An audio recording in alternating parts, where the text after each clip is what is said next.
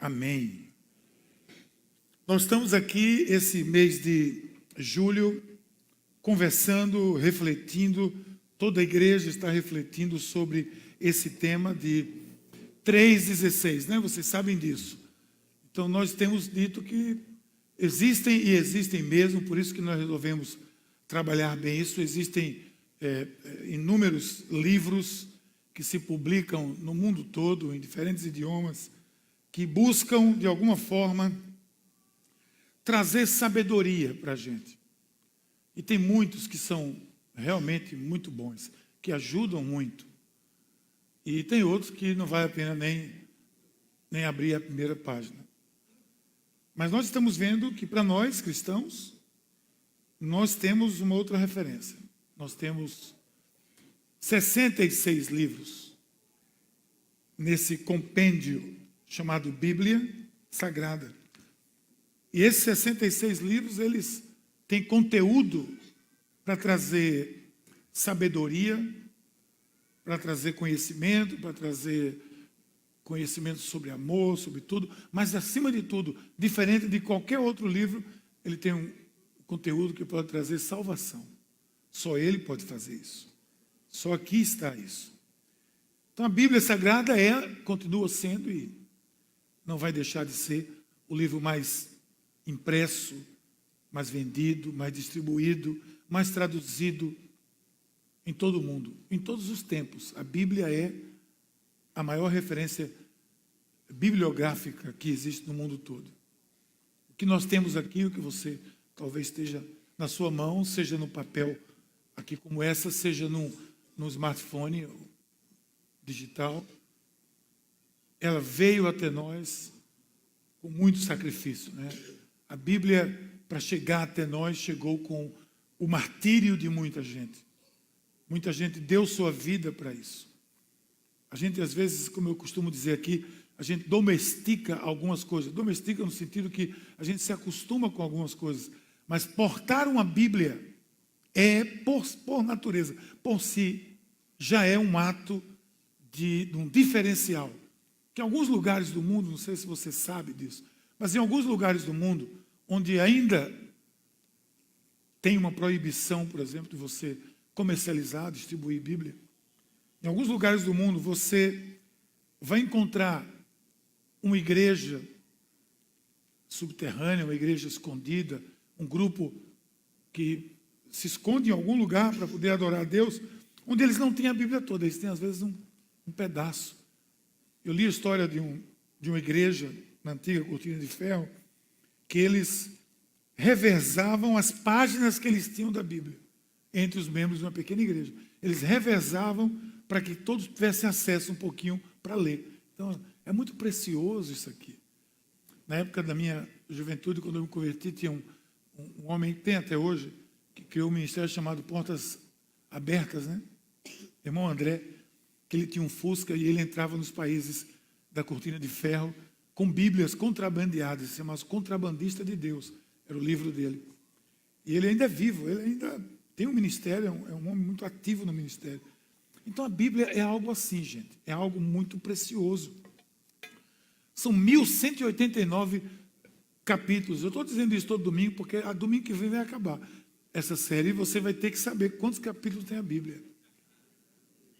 Quantos tem? 1189. Com fila, né? Quero ver sem fila.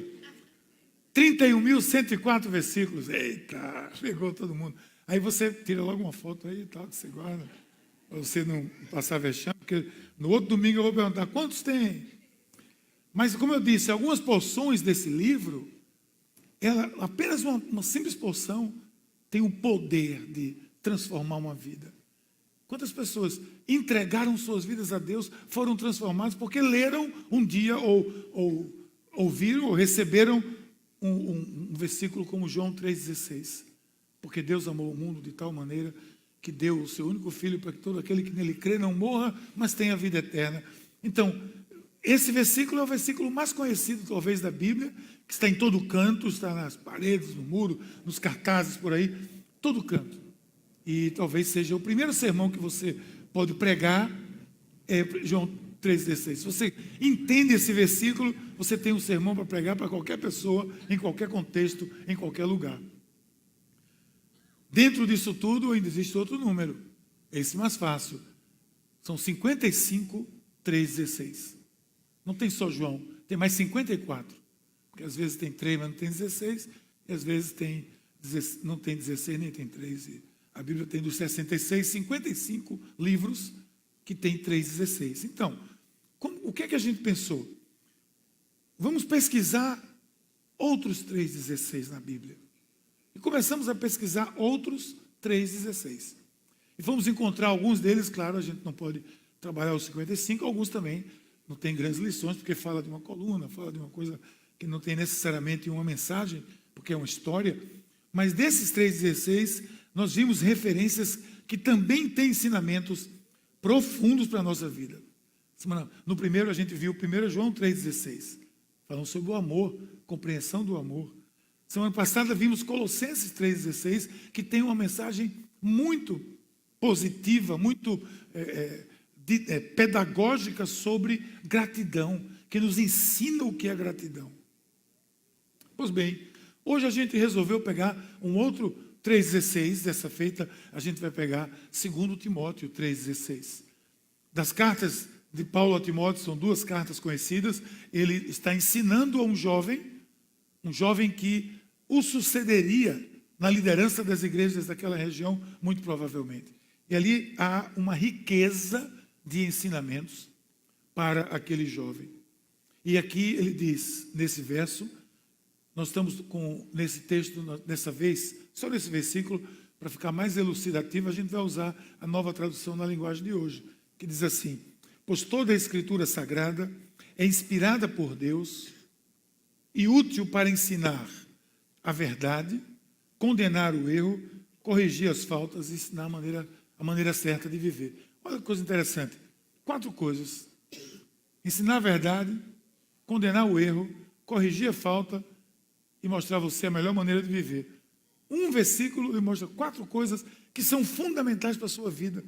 Apenas um versículo 3,16 vai lhe ensinar tanta coisa. Eu podia descer daqui agora e a gente acabar essa mensagem, porque se você refletir sobre esses 4 aspectos, você já está refletindo sobre coisas extremamente práticas, necessárias à sua vida como cristão, como cristã. Mas, como eu gosto de falar, eu vou continuar aqui com vocês.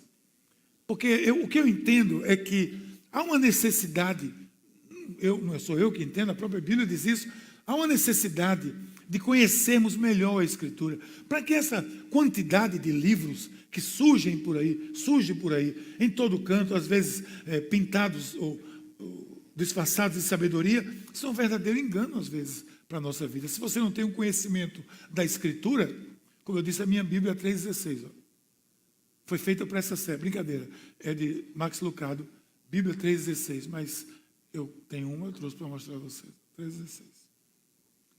Bíblia, quem não conhece a Bíblia, quem não tem conhecimento da Escritura, o mínimo, você não precisa ser nenhum especialista, não, mas não tem um conhecimento mínimo da Escritura, você está sujeito, você pode estar sujeito a ser bastante abalado, com muita facilidade. Aquela chuva que derruba uma árvore com muita raiz, tem que ser uma chuva, uma ventania, um furacão muito forte. Mas às vezes a pessoa não tem muita raiz na Escritura e um temporalzinho, uma chuva de inverno mesmo, daquelas fraquinhas ali, vai derrubar. Por quê? Porque não tem um conhecimento, não tem a raiz. Então, o conhecimento da Escritura é necessário para a gente cumprir a missão que nós temos nesse mundo.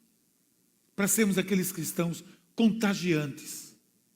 Quer ver uma coisa? Pedro, quando escreveu para os cristãos da região lá, ele escreveu, na primeira carta de Pedro, no capítulo 3, no versículo 15, ele diz assim: santifiquem a Deus, a Jesus Cristo no seu coração, e estejam sempre prontos para responder com mansidão sobre a razão da esperança que há em vocês. Veja que coisa importante isso. Santifiquem a Cristo no seu coração, ou seja, tenham Jesus com toda pureza, com toda originalidade no seu coração. Tenham Jesus no seu coração. E, a partir daí, estejam prontos, porque vocês vão precisar responder. Ele recomenda que seja com mansidão, sobre a razão da esperança que há em vocês. Qual é a razão da esperança que há em mim, que há em você, que hoje declara a sua vida, declara-se como um cristão? Qual é a razão da esperança? Ora, tem gente que vai se aproximar de uma comunidade, porque tem muita gente bacana, tem gente boa, tem amigos, tem um culto bacana, tem uma tecnologia legal, tem não sei o quê, tem isso e aquilo. Tudo isso é muito positivo, mas será que essa é a razão da esperança que há em mim? Será que essa é a razão que me faz levantar todo dia?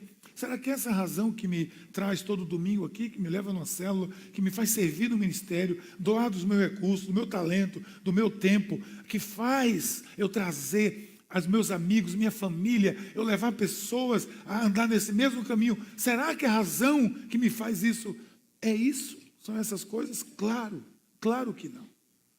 A razão da esperança que há em nós é Cristo. É Ele, morto e ressurreto. Essa é a razão da esperança que há em mim, porque eu tenho esperança que eu vou com Ele um dia ressuscitar.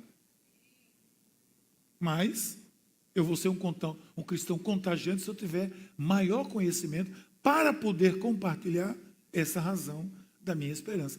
Para que quando eu precise, e diga-se de passagem, você vai precisar responder, e Pedro disse que seja com mansidão sobre a razão da esperança. O conhecimento que a gente precisa vem da Escritura, vem daqui. Você pode ler todos os livros de sabedoria, muito bom. Alguns, como eu disse, esqueça. Hoje de manhã o pastor Braulio falou sobre aquela febre que teve do segredo. Não foi bem interessante aquilo? Era o segredo. Com todo respeito, se é que merece, mas aquele segredo enganou tanta gente, não foi não? E no fim, não tinha segredo nenhum. E ninguém descobriu o segredo. Até hoje, não descobriu o segredo. E aí foi dito, a pesquisa disse que o grande chamariz daquilo era porque era segredo. E todo mundo tem curiosidade de ir atrás do segredo. Porque saiu o livro do segredo, o filme do segredo, a apostila do segredo, o aplicativo do segredo, saiu tudo do segredo. E a Bíblia diz assim, não há nada oculto que não seja revelado. Não tem segredo nenhum. Eu nem gosto quando o pessoal diz, eu fui para uma reunião de mistério. Qual é o seu mistério hoje? Eu nem gosto muito disso, porque que mistério? Foi mistério, eu não quero mistério nenhum, eu quero verdade, eu quero clareza. Eu quero a coisa clara assim, ó, Jesus salva, eu sou liberto, etc. É claro isso. Não, como foi? Foi um mistério, irmão. Se foi um mistério, não revela, acho bacana isso. Aí termina do lado do segredo, todo mundo quer o mistério, e vai lá para não dizer que não entendeu o mistério. Ah, foi mistério, não sabe nem o que dizer, mas é um mistério, Cuidado com esse mistério. Então a Escritura, o que é que ela faz? Ajuda você, ajuda a mim a crescer. Você quer crescer na fé? Paulo diz, vá para a Escritura. Vá para a Escritura. Ela vai ajudar você a crescer, e você vai ver por quê. Porque todo mundo quer crescer. É óbvio isso. E uma das coisas que todo mundo quer é algo verdadeiro. Quer ver uma coisa? Você às vezes pode até achar estranho que a pessoa diz assim, você diz de alguém assim, fulano só quer ser o dono da verdade. Pois é. Mas sabe por quê? Porque todo mundo quer ser o dono da verdade. Não que seja o dono, mas quer ter a verdade. É a minha verdade. Então, a Bíblia aqui, nesse texto, Paulo diz que a Escritura é inspirada, a palavra inspirada é a ideia de soprado. Assim, ó, que Deus soprou na Escritura. É Deus soprando, é Deus falando ali. Esse é o texto original. Então, Paulo vai dar instruções a Timóteo, e ele vai dizer, filho, ó, a Escritura vai ajudar você a crescer, não se afaste dela. Porque ela vai, por exemplo, ela vai lhe ensinar a verdade. Ela ajuda você a crescer, ajuda a mim a crescer, ensinando-me a verdade. Eu cresci com a Escritura, me ensinando a verdade, continuo buscando e querendo crescer, ela me ensinando a verdade. Veja o que Paulo diz a Timóteo. Ela é útil para ensinar a verdade. Esse livro é útil para ensinar a verdade. Esse jovem Timóteo vivia no meio de uma sociedade que vocês podem achar, alguém pode achar que era muito diferente naquele tempo, era tranquilo. Não era. Esse mundo que Timóteo vivia era um mundo muito difícil, talvez mais difícil do que o de hoje, se brincarmos. Porque era uma sociedade culturalmente impregnada do pensamento grego, helenizada, com filosofias das mais diversas. Aliás, a Grécia é o berço da filosofia. É filosofia de todo tipo. E ele diz, a Escritura vai lhe dizer a verdade. Não se afaste dela. Porque ali tinha contravalores, filosofias, perversão. E Paulo diz, é a Escritura que vai lhe mostrar. Por que ele diz isso? Porque Paulo é um cristão, está ensinando a outro cristão. Qual é a fonte da sabedoria cristã? É a Escritura. Não pode ser outro. Você pode ter um livro de ajuda aqui, ali, mas a fonte da revelação é a Escritura. E precisa ser. Você pode ter, eu vou repetir. Eu amo livros, eu leio muito, gosto de ler, e não me canso de ler, e compro livro, ganho livro de presente e dou livro de presente. Agora, disso aqui, a minha sabedoria, a minha revelação vem desse livro e do que ele inspirar. É daqui. Então, Paulo está falando para Timóteo, ele vai dizer o quê? Olha, Platão disse uma coisa interessante, filho. Sócrates disse uma coisa interessante. E eles eram dali, daquela turma, né? Influenciados por aquele pessoal. Mas ele diz, não, é a Escritura. Quer crescer no conhecimento? Quer conhecer a verdade? Porque imagina o que os filósofos, não vou nem perder tempo aqui, os filósofos diziam da verdade. Você não quer nem saber. O que se diz da verdade em algumas filosofias é que não há verdade. Mas Paulo diz, não, nós somos cristãos. Jesus Cristo disse assim, eu sou o caminho, a verdade e a vida. Ora, se Jesus disse isso, ele é a verdade. Se eu quero o caminho para a minha vida, que seja a verdade, eu vou buscar em Jesus. Jesus é a verdade. Ele disse, e C.S. Lewis, você conhece C.S. Lewis, aquele grande autor anglicano, um dos maiores apologetas, eu considero o maior de todos os tempos. Os seus livros, às vezes, agora tem uma série que está saindo pela Thomas Nelson, com uma linguagem mais palatável, melhor, menos filosófica. Excelentes livros. Se você puder ter acesso, leia. É Carta do Diabo ao Seu Aprendiz. É muito legal. É o diabo ensinando ao seu estagiário. É até divertido. De como convencer os cristãos. Como derrubar os cristãos. Muito interessante. C.S. Lewis dizia uma coisa assim no livro dele. Num dos livros ele diz assim, Jesus Cristo só podia ser duas coisas. Ele só pode ser Deus ou ser um lunático. Ou ele era Deus ou ele era um lunático. Ou ele era Deus ou ele é um lunático. Por quê? Porque ele disse que era Deus. Ele disse, eu sou Deus. Eu e o Pai somos um, somos assim, ó. Eu sou Deus. Não tem nenhum desses por aí, desses filósofos, pensadores por aí, que tenham dito assim, eu sou Deus. Todo mundo diz, isso é um louco, isso é um doido. Jesus ou era louco, lunático, ou ele era Deus. Eu fiquei com a opção de que ele é Deus. Uma crítica. Todo pregador precisa de uma Isabel. Não há possibilidade de incluir Jesus em nenhuma categoria que não seja ou lunático ou Deus. Só isso. Ou ele era isso, porque ele diz, eu sou a verdade. Ou então pior, alguém vai seguir o que esse tempo tem dito. O que esse tempo tem dito, como eu disse, é que não há verdade. Ou pior, existe mais recentemente esse pensamento de pós-verdade, que é uma coisa tão estranha, tão esdrúxula, absurda, que é a pós-verdade. A pós-verdade é algo que você vai escutar por aí, não vai saber às vezes nem o que é, mas se usa muito nos meios políticos, nas campanhas políticas, nas campanhas publicitárias. Eles criam uma imagem distante do que é o centro, o núcleo daquele ponto, daquela decisão, daquele fato, criam uma situação emocional, emocionalmente palatável. E se usa muito isso hoje. Isso vem de Nietzsche, é um pensamento de Nietzsche. E todo mundo acha que é chique conhecer Nietzsche. Eu li um livro de Nietzsche, grande coisa. Vai ver a vida dele quem era. Vai ver como é que ele morreu. Vai estudar a vida dele antes de ler o livro dele, para tu ver quem é que ele era. Sabe o que é que ele dizia? Não há fato, só há versões. Não há um fato. Não existe nenhum fato, só existem versões. Bacana esse negócio, né? É legal para filosofar, mas não paga conta de ninguém. Não há nenhum fato. Tudo é uma versão. E é. Esse negócio aqui é preto ou é branco? Depende. A sua versão é que é preto. Porque alguém vai dizer, não, no meu ponto de vista, é branco. Porque tem umas coisinhas brancas ali. Alguém pintou. Não, foi eu que botei um adesivo aqui. Ele é preto. Isso é um fato. Esse negócio aqui é preto. Aí alguém vai dizer que não, é a sua versão que é preto. Se a sua versão é que ele não é preto, você é doido. Você está louco. Você está pirado. Vai para um psicólogo, psiquiatra. Vai para algum lugar. Está errado. Não pode ser outra cor, gente. É preto. Então existem coisas absolutas. O que é que a pós-modernidade veio trazer? Que não há absoluto. Tudo é relativo, tudo é relativo, tudo é relativo. E a gente entra nessa e se afasta da verdade. Jesus, existiu Jesus Cristo. É um fato, ninguém nega isso.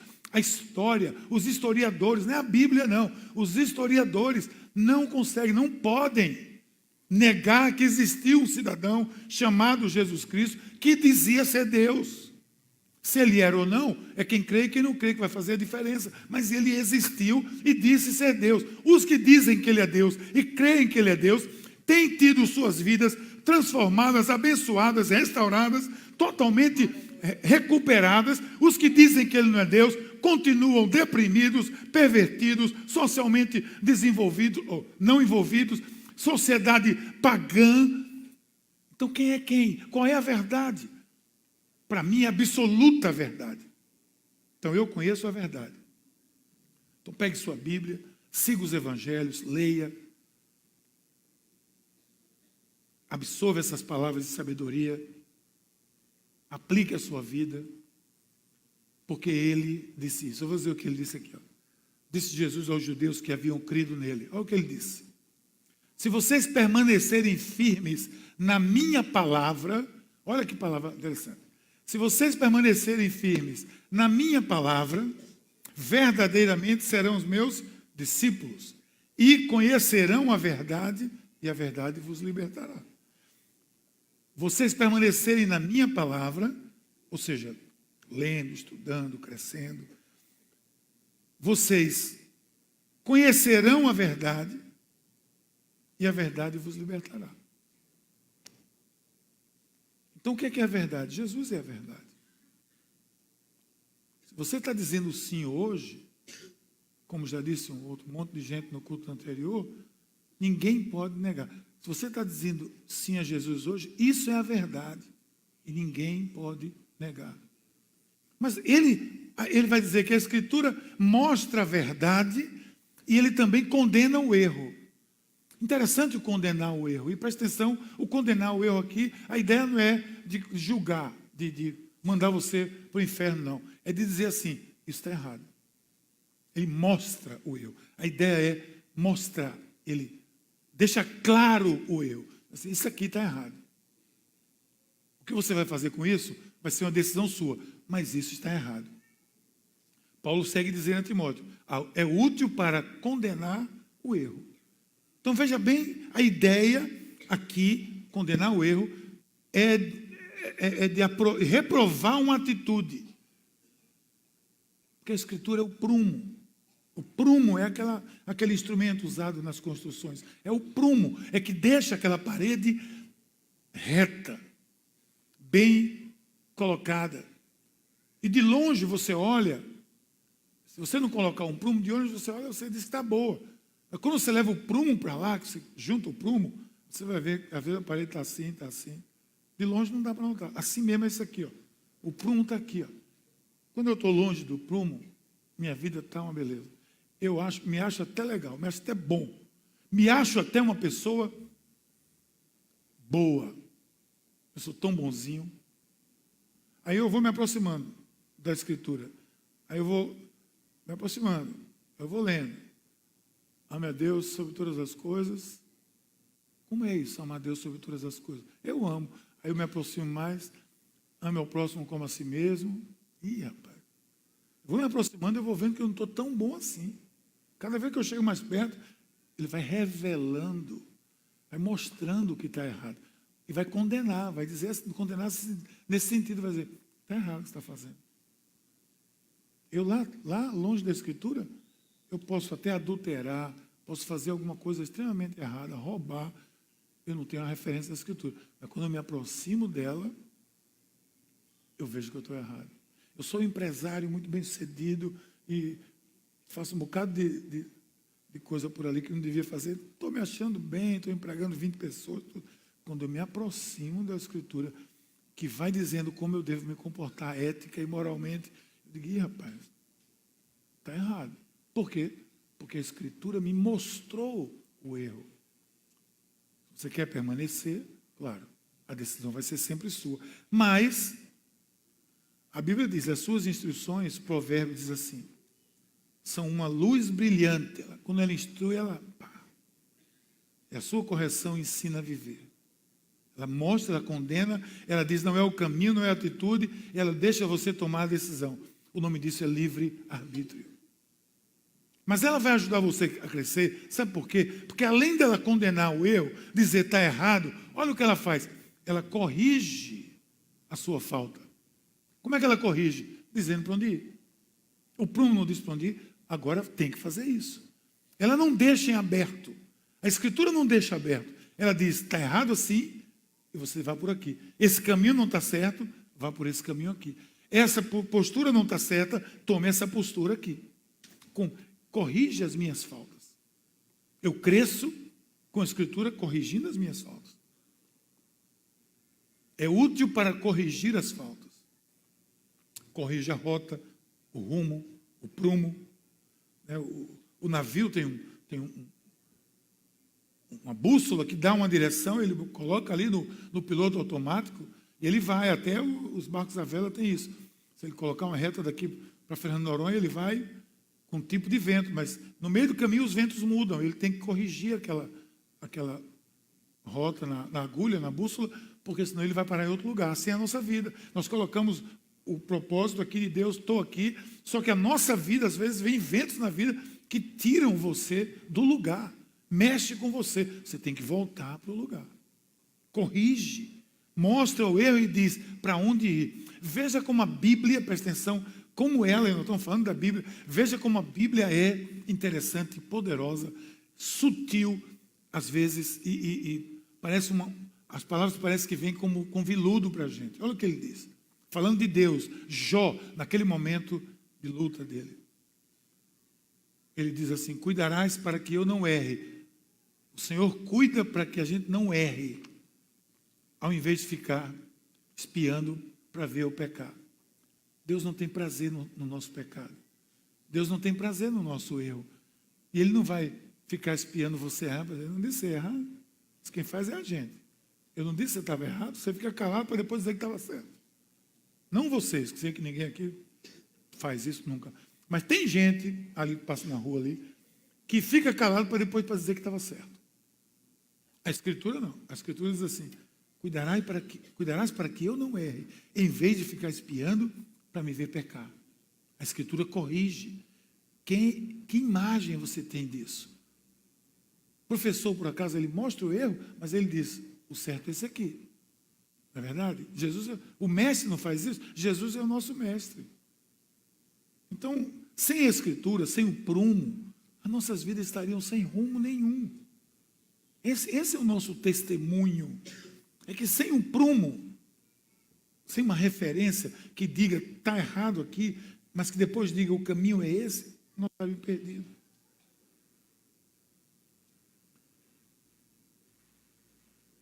Agora, depois de corrigir o erro, ele ainda vai entrar naquilo que eu acho assim, muito... A Bíblia, gente, o que eu gosto muito na Bíblia, eu tenho dito várias vezes aqui a vocês já, é que a leitura da Bíblia precisa ser algo encarnado, trazido para dentro da gente, visceral. Porque senão vira uma coisa domesticada. Você lê um texto e o texto já não lhe impacta tanto. Você quer ver ele impactar? Entra na história. Entra no texto. Se tem um texto que está dizendo assim, Jesus estava com os seus 12 discípulos na beira do mar da Galileia. Aí você, 12 não, 13, eu estava lá. Aí você se senta junto com os discípulos lá e fica ouvindo as palavras de Jesus, ele falando para você no meio dos 12. Fica tentando ver a reação dos 12, como é que eles reagiriam. Começa a encarnar e como é que você reage. Que aí você vai ver. Ela ensina, a Escritura ensina a maneira de viver. Ó. Rapaz, essa sala foi feita com proteção de tudo, mas não tem quem proteja esse menino. Olha para aí. Glória a Deus, né? O acampamento supernatural, o ministro Walter Meire, bênção de Deus, equipe que montou tudo isso. Mais de 100 meninos, não foi? 102. Você tem que valorizar muito essa equipe, viu, gente? 102 meninos de 9 a 12 anos, isso tem que ser dito. Eles estão aí, tudo aí dentro, hoje. Quando vê a Bíblia ensinando a gente a viver, é tão bonito isso. Algumas versões dizem viver na justiça, é a maneira certa de viver. A nova tradução na linguagem de hoje diz assim, é útil para ensinar a maneira certa de viver, a maneira correta de viver. O que seria isso? É o que a própria Escritura diz. Olha o que o Salmo diz, vê que coisa interessante. O Salmo diz assim, vocês querem aproveitar a vida? Querem viver felizes? Então, procurem não dizer coisas ruins, mas não contar mentira, afaste do mal, faça o bem, procure a paz e lute para alcançar isso. Pronto. É outra mensagem que está pronta aqui. Olha para aí. Quer viver bem? Quero. Então, não diga coisa ruim, não conte mentira, se afaste do mal, faça o bem e procure a paz. Jesus disse tudo isso, está no Salmo, mas Jesus disse tudo isso. É isso que a Escritura diz, é isso que Jesus diz, por isso que é verdade. É isso que ele diz, a maneira certa de viver é viver para o bem, fazer o bem, andar no bem, transmitir o bem, mas tem muita dificuldade de fazer isso hoje em dia, nessa rotina que a gente vive. Nós somos criaturas que perdemos a essência de Deus. Lá atrás a gente perdeu isso. Deus nos busca, nos ama, procura nos trazer de volta, vai nos mostrando o que a vida tem de bom, envia Jesus em nosso socorro. Jesus traz um código de vida, orientações para melhor viver. E os ensinamentos de Jesus são conselhos extremamente práticos. Pega Mateus lá, 5, 6, 7, o Sermão do Monte. Aquilo é aplicação 100%, é prático 100%. Os ensinamentos de Jesus são conselhos práticos. É quando eu me aproximo dele, faço dele o meu Salvador, ele vem da minha vida e escancara aquelas portas e diz assim, olha, entra e venha viver a boa vida. Ele vai dizer coisas como ame a Deus sobre todas as coisas, ame o próximo como a si mesmo, não condene ninguém, seja um bom marido, seja uma boa esposa, seja um bom filho, seja um bom irmão, seja um negociante honesto, tenha moral na sua vida. Olha, ele vai ensinar tanta coisa que se a gente for listando, colocando ali para seguir aquilo como que um bucket list, uma lista que eu tenho que fazer tudo isso aqui antes de eu morrer, claro, porque depois não tem sentido, eu vou viver bem, vou viver bem demais, bem demais. Porque imagina, uma das coisas que você mais reclama, mais uma vez, não vocês, mas tem gente por aí que reclama, são as figuras com que eles convivem. No seu trabalho, tem um chefe, tem um cara lá que, sei lá, seu vizinho. Imagina se a Bíblia diz, ame essas pessoas como a você mesmo. Acabou-se o problema com o vizinho. Inclusive aquele seu, acabou o problema. O vizinho abriu a porta, ô vizinho, você é uma bênção de Deus. Acabou o problema. Aí você vai seguindo os conselhos, Os conselhos são para um bem viver. Você vai ver quanto a Bíblia tem no bem viver. O que é bom é que ela tem o bem viver para cá e dá a direção para você bem viver na eternidade. Então a Escritura e tantos outros textos, né, vai conduzir a gente para isso, para viver os propósitos de Deus. Você quer resumir? Você vai ser um adorador verdadeiro. Você vai ser um discípulo de Jesus Cristo. Você vai ser um servo. Você vai servir na causa de Cristo. Você vai viver em comunhão na família. Você vai pertencer. Por isso que ali tem uma placa. Esse é um lugar para você pertencer, não é um lugar para você frequentar. E você vai viver tudo isso. E não, isso aqui não serve só para mim. Isso serve para todo mundo. Eu vou em missão e vou fazer isso. Isso é o bem viver. Isso é o bem viver. É viver o propósito de Deus. E deixa eu dizer a você aqui agora. Se você já disse sim, ou está dizendo hoje, a sua igreja é essa dimensão de vida que você abraçou e que deve levar para todo mundo. Essa é a dimensão. E eu vou dizer mais a você, você não está só. Em nenhum momento você está só. Ainda que você queira, ainda vai ter um líder de célula que vai atrás de você. Vai ter um discipulador que não vai lhe deixar em guerra, nem em paz, não. Vai trazer paz para você. Vai atrás de você. Você não precisa estar só. Você tem uma família. Junto com as Escrituras, nós vamos crescer todos na direção de sermos uma igreja família. Por maior que seja, não interessa. Acabamos um culto aqui, tinha um tanto de gente desse aqui, já foi embora, deve estar comendo pizza por aí pela cidade. Mas é uma família, porque desse culto tinha gente que é da sua célula, que trabalha no seu ministério, que trabalha não sei aonde, que visita aqui, que aconselha ali, e esse alinhavado de gente misturado, que chama-se família de Deus. É isso. Então o que Paulo disse a nós e vai dizer a você é assim, ó, vocês não são mais estrangeiros, não são forasteiros, são cidadãos dos santos, concidadãos dos santos, membros da família de Deus. É isso que nós somos. Então o que é que a gente pode dizer? Bem-vindos. Deixa eu dizer uma coisa, vamos fazer uma coisa aqui agora, que a gente nunca fez, fica vergonha, não.